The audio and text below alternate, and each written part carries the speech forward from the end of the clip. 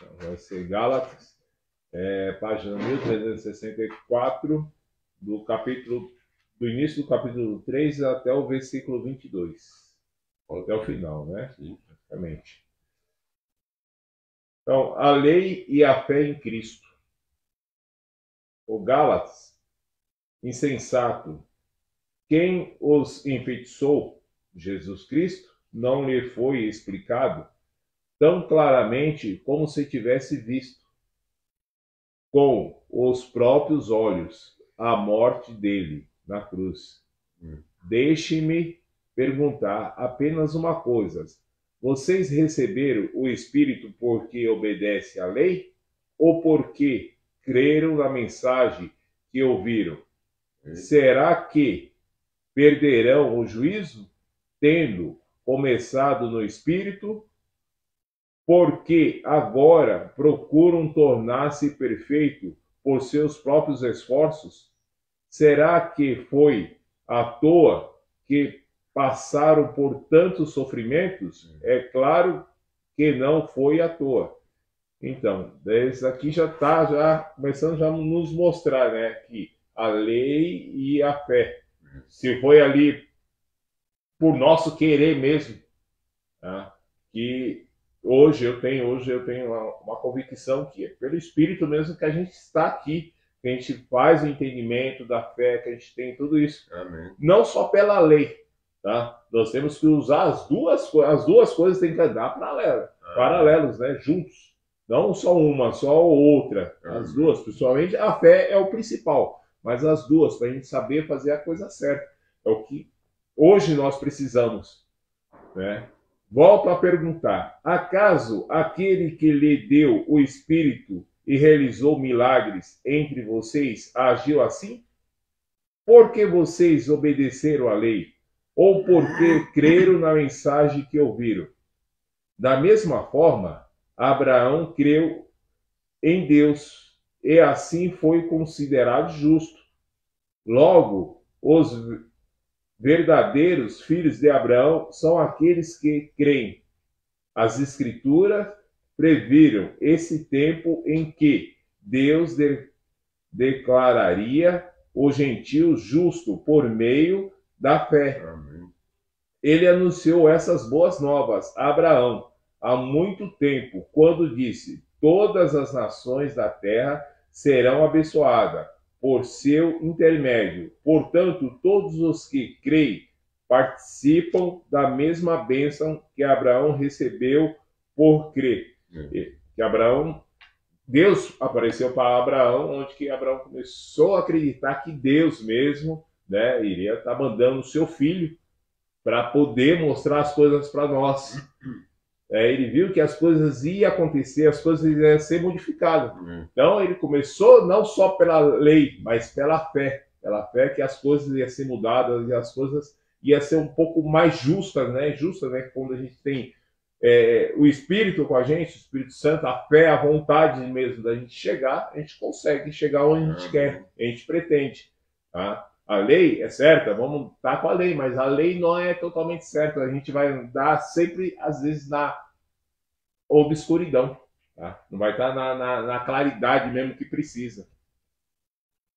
Contudo, os que confiam na lei para serem declarados justos estão sobre maldição, pois as Escrituras dizem: maldito quem não se mantiver obediente a tudo que está escrito no livro da lei. É evidente, portanto, que ninguém pode ser declarado justo diante de Deus pela lei, pois as Escrituras dizem: o justo viverá pela fé. A lei, porém, não é baseada na fé, pois diz: quem obedece à lei viverá por ela. Mas Cristo não resgatou da maldição pronunciada pela lei, tomando sobre si a maldição por nossas ofensas.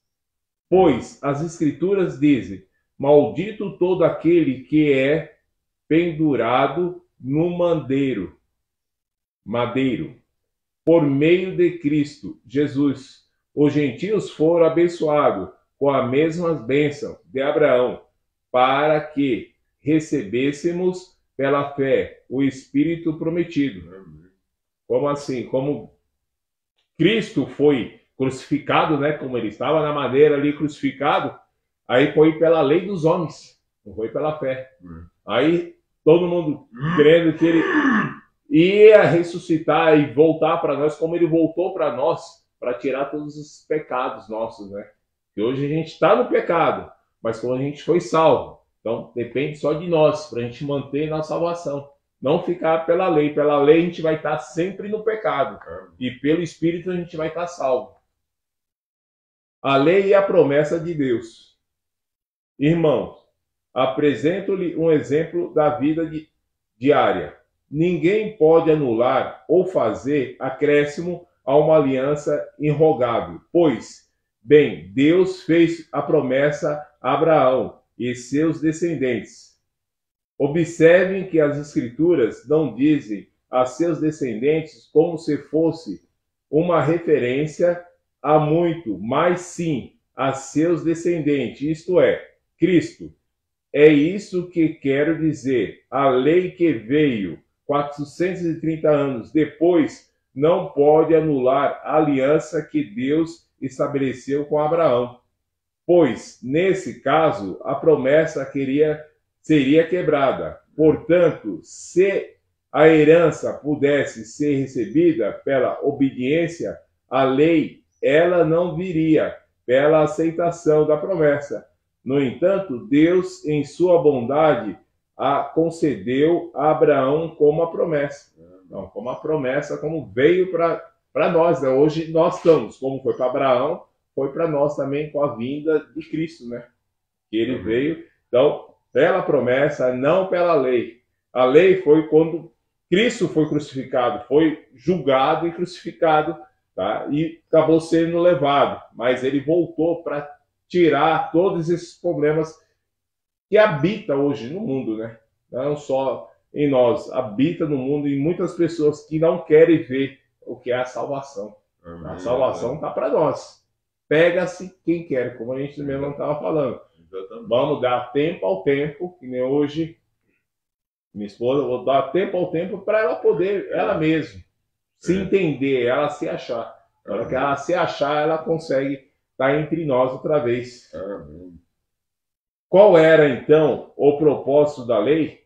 Ela foi acrescentada à promessa para mostrar às pessoas seus pecados.